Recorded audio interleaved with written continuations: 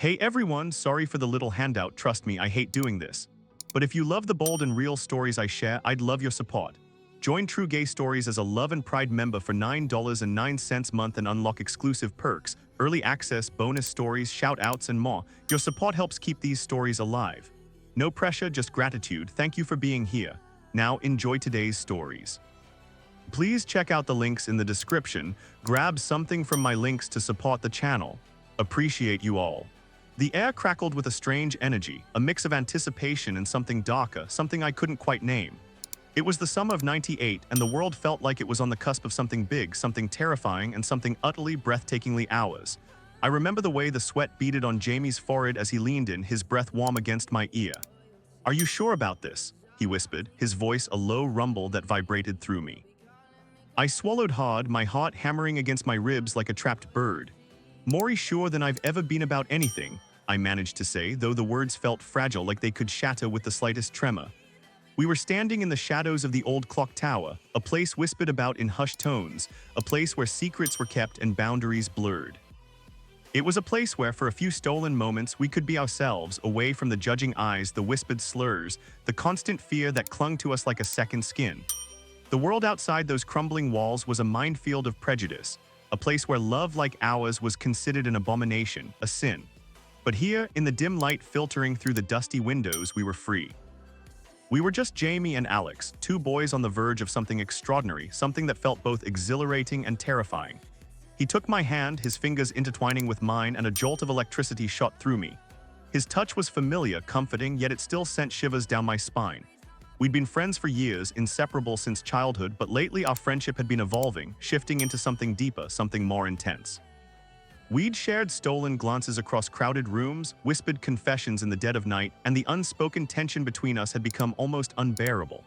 Tonight we were finally ready to cross that line, to step into the unknown. The clock tower loomed over us, its shadow stretching long and ominous, a silent witness to our transgression. I could feel the weight of history pressing down on us, the weight of generations of silence, of hidden desires, of love that dared not speak its name. But in that moment, standing there with Jamie's hand in mine, I didn't care. I didn't care about the consequences, about the risks. All I cared about was him, about the way his eyes sparkled in the dim light, about the promise of something real, something that felt like it had been waiting for us all our lives. The air was thick with unspoken words, with a longing that had been simmering beneath the surface for far too long. I could taste the anticipation on my tongue, a mixture of fear and excitement that made my head spin. Jamie's gaze locked with mine, and in that instant I knew that everything was about to change. The world outside could judge, could condemn, but here in the sanctuary of the clock tower, we were creating our own world, a world where love was love, regardless of gender, regardless of the consequences. And as the first chime of the clock echoed through the tower, I knew that we were about to embark on a journey that would change us forever. The first chime reverberated, a deep, resonant tone that seemed to shake the very foundations of the tower. It was a signal, a starting gun for a race we didn't even know we were running. Jamie's grip tightened on my hand, his knuckles white against the pale skin. He didn't say anything, but I could feel the tremor running through him, mirroring the frantic beat of my. The second chime followed, then the third, each one a hammer blow against the silence, a countdown to something inevitable. I closed my eyes for a moment, trying to compose myself, trying to push down the rising tide of panic that threatened to overwhelm me. This was it, the point of no return. There was no going back to the way things were before, no pretending that we were just friends. We were on the precipice of something momentous, something that felt both terrifying and exhilarating. I opened my eyes and looked at Jamie, really looked at him, and I saw a reflection of my own fear, my own desire mirrored in his gaze. He was beautiful with his tousled brown hair and his intense green eyes that seemed to see right through me. We had known each other for so long, shared so many secrets, so many laughs, so many tears. But this was different. This was something new, something that transcended friendship, something that reached down into the deepest parts of our souls. The fourth chime rang out and I felt a shiver run down my spine. Jamie leaned closer, his breath warm against my cheek. "Alex," he whispered, his voice barely audible above the pounding of my heart. "Are you sure?" I nodded, unable to speak, my throat choked with emotion. The fifth chime echoed through the tower, and I knew that time was running out. We were caught in a whirlwind of emotions, a maelstrom of fear and desire, of longing and uncertainty. I reached out and touched his face, my fingers tracing the line of his jaw, the curve of his cheekbone. His skin was warm, smooth beneath my touch. He closed his eyes for a moment, savoring the contact. The sixth chime sounded, and I felt a surge of adrenaline, a rush of pure, unadulterated excitement. I pulled him closer, my heart pounding in my chest like a drum. He didn't resist. He leaned into me, his body pressed against mine. The seventh chime resonated and the air crackled with anticipation. I could feel his breath hitching, his heart beating in unison with mine. We were so close that I could feel the heat radiating from his body. The eighth chime echoed through the tower, and I knew that the moment had arrived. There was no more time for hesitation, no more time for doubt. We were about to cross a line that had been drawn in the sand by a society that didn't understand us, a society that wanted to keep us apart. But we didn't care. We were creating our own rules, our own boundaries. We were writing our own story. The ninth chime rang out and I closed the distance between us. Our lips met in a tentative kiss, a kiss that was full of longing, full of fear, full of hope. It was a kiss that tasted of stolen moments, of whispered secrets, of a love that dared to defy the world. The 10th chime reverberated through the tower and the kiss deepened, becoming more urgent, more passionate. We clung to each other, our bodies pressed together, lost in the moment. The 11th chime echoed and I felt a wave of dizziness wash over me. This was it, the beginning of something new, something that would change our lives forever. The 12th chime rang out and the world seemed to fade away. There was only Jamie, only his touch, only the beating of our hearts, a symphony of desire echoing in the silence of the clock tower. The 12th chime faded, leaving a ringing silence in its wake. The kiss lingered, a soft, lingering pressure that spoke volumes. It wasn't just a kiss, it was a declaration, a whispered promise, a fragile hope blossoming in the shadows. We broke apart slowly, our foreheads touching, our breaths mingling in the still air. Jamie's eyes were closed, his expression serene, almost peaceful. I traced the curve of his cheek with my thumb, feeling the warmth of his skin beneath my touch. The silence stretched out, punctuated only by the distant hum of the city, a world away from the intimacy of the clock tower. It felt like we were the only two people left on Earth, adrift in a sea of unspoken emotions. I opened my eyes and looked at Jamie, really looked at him. The boy I had known for so long, the boy who was my best friend, was now something more. He was the keeper of my secrets, the sharer of my dreams, the other half of my soul. And in that moment, I knew that I loved him. Not just as a friend, but in a way that transcended friendship, a way that was deep and all-consuming. The realization hit me like a ton of bricks, a sudden, overwhelming wave of emotion that left me breathless. I had always known that there was something more between us, something unspoken, something that simmered beneath the surface of our friendship. But I had been afraid to acknowledge it, afraid of what it meant, afraid of the consequences. Now, standing there in the shadows of the clock tower with Jamie's hand still clasped in mine, I was no longer afraid.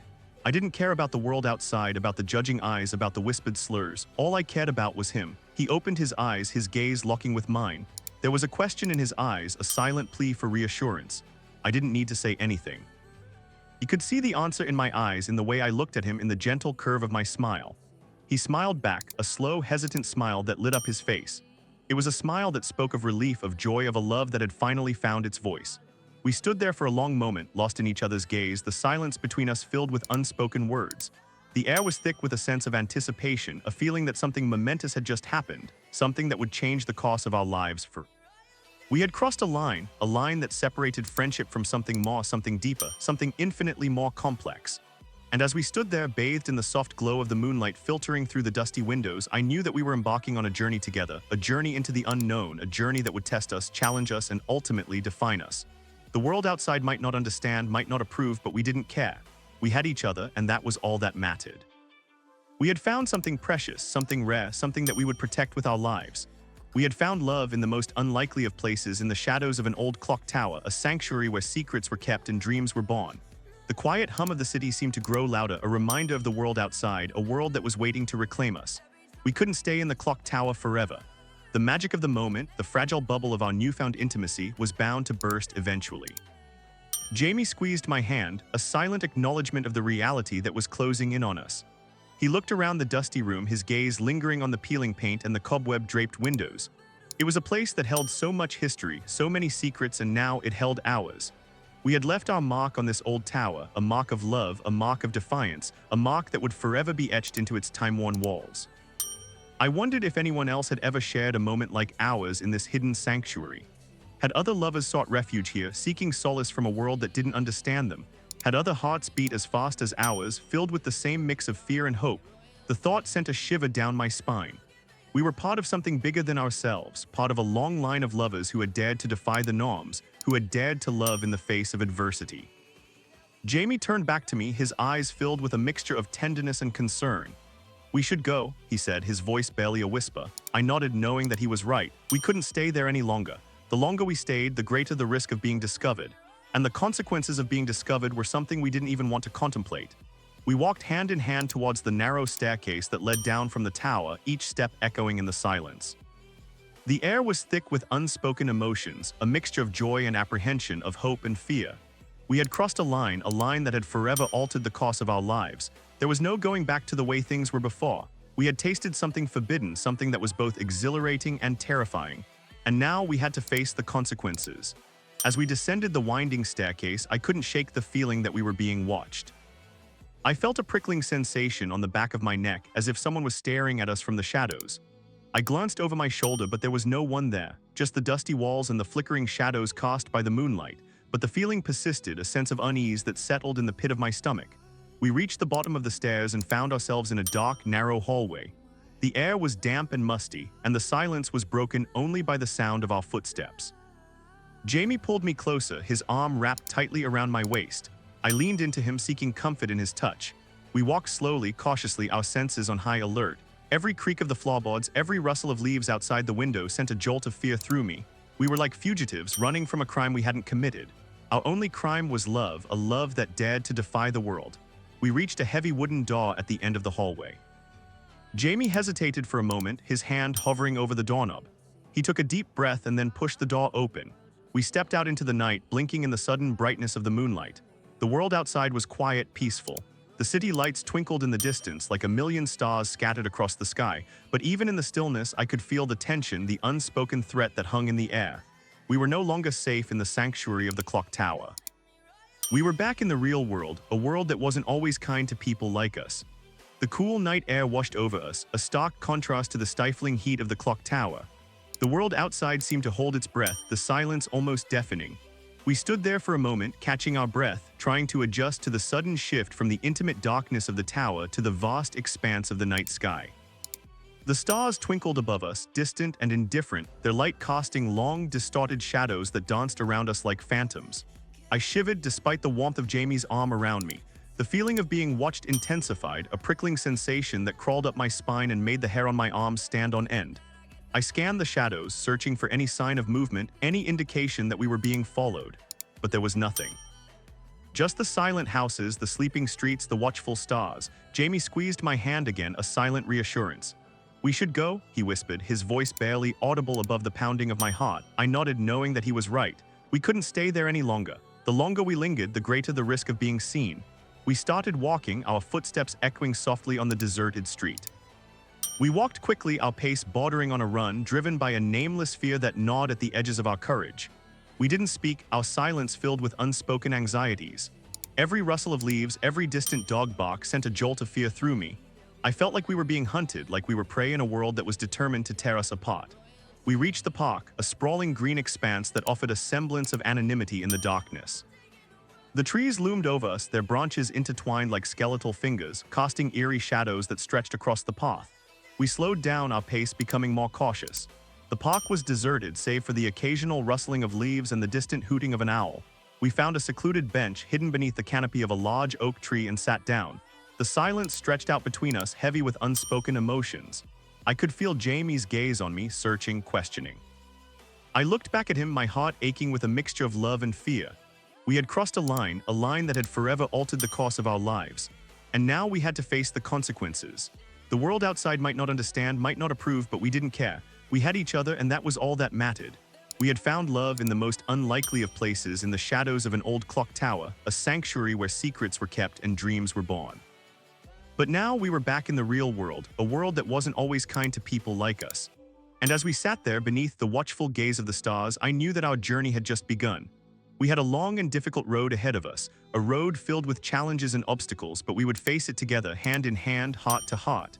We had found something precious, something rare, something that we would protect with our lives. We had found love, and we wouldn't let anything or anyone take it away from us.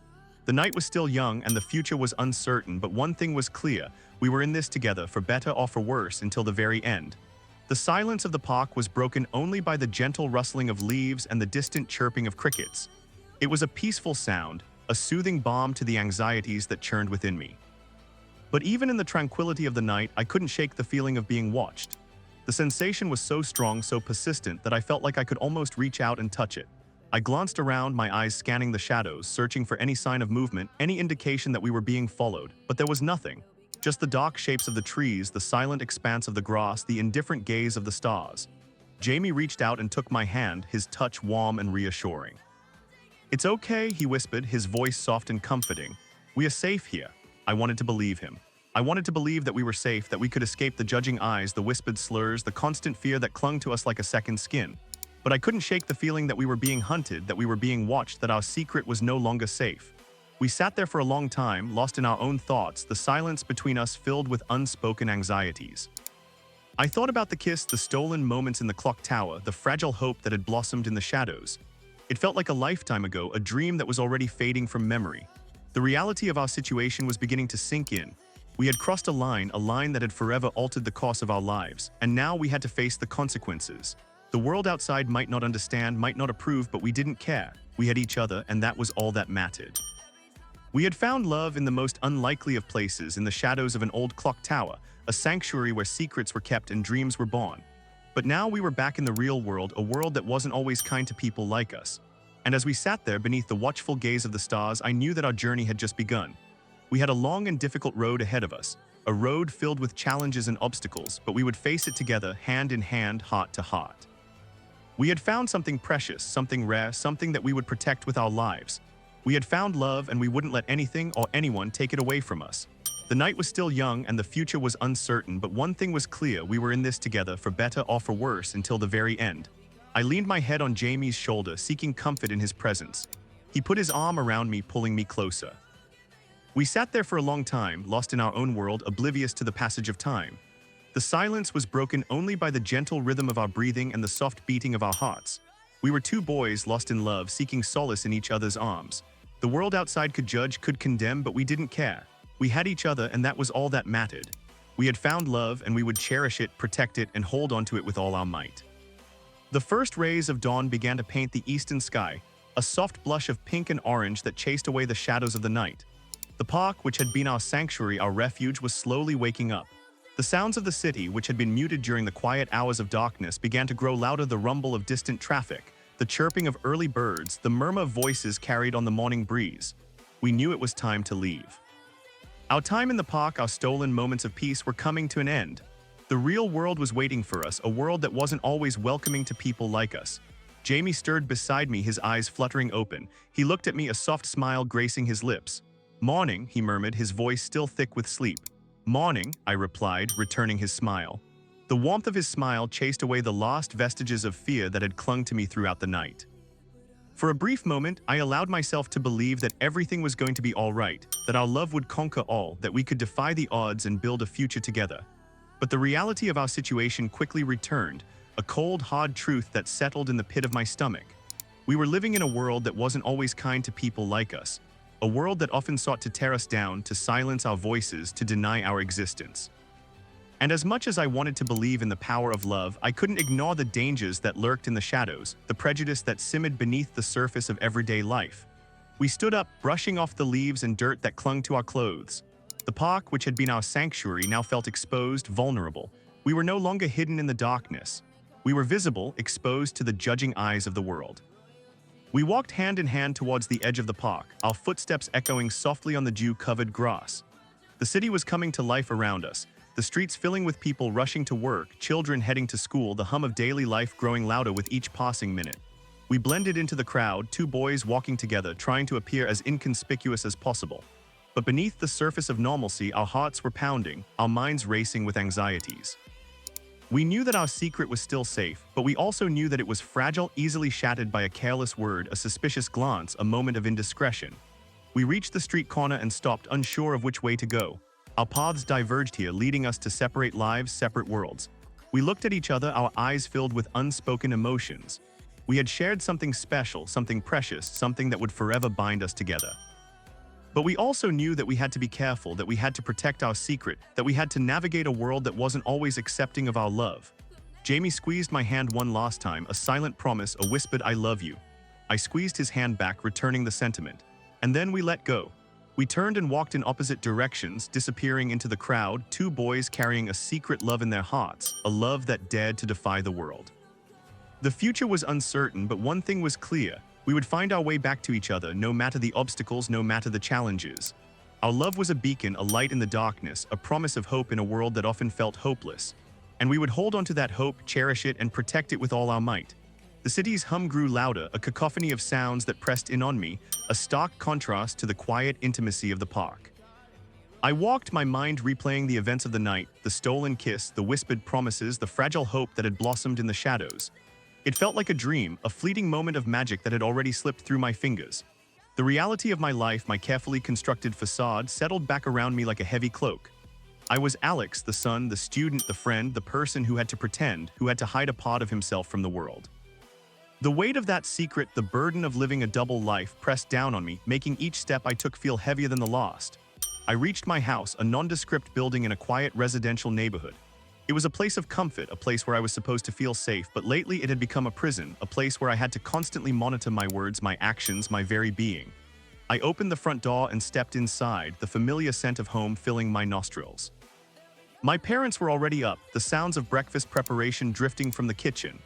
I forced a smile onto my face, trying to appear normal, trying to hide the turmoil that raged within me. "Morning," I said, my voice sounding strained even to my own ears. "Morning, sleepyhead," my mother replied, her voice warm and affectionate. "Did you have a good time at Jamie's last night?" The question hung in the air, innocent yet loaded with unspoken implications. I nodded, avoiding her gaze. "Yeah, it was fun," I mumbled, hoping she wouldn't press me for details. I went to my room, closing the door behind me with a sigh of relief. Finally, I was alone, away from the judging eyes, away from the need to pretend. I sat down on my bed, my mind still replaying the events of the night. I thought about Jamie, his smile, his touch, the way his eyes sparkled in the moonlight. I thought about the kiss, the stolen moments of intimacy, the fragile hope that had blossomed between us.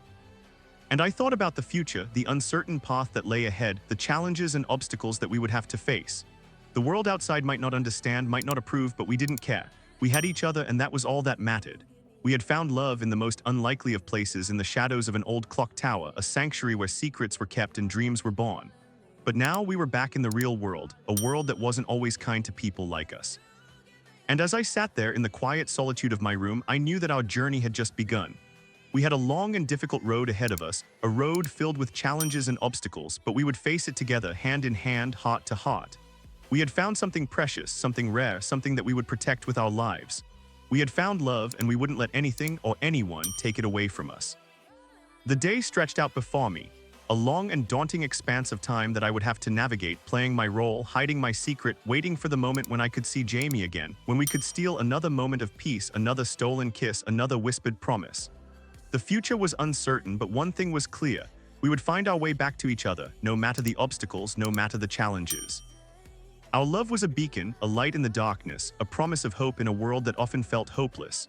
And we would hold on to that hope, cherish it, and protect it with all our might until the day when we could finally be free, when we could finally be ourselves, when we could finally love without fear, without shame, without hiding. Wow, just like life, our stories take unexpected turns, don't they? If you're craving more tales that explore the complexities of relationships, the drama of everyday life, and those moments that truly hook you in, then you're in the right place. Subscribe now and never miss a new video. We're creating stories that resonate, that stir emotions, and that keep you wanting more. Give this video a thumbs up if you enjoyed the ride, and let us know your thoughts in the comments below. Until next time, keep those hearts open and those minds curious.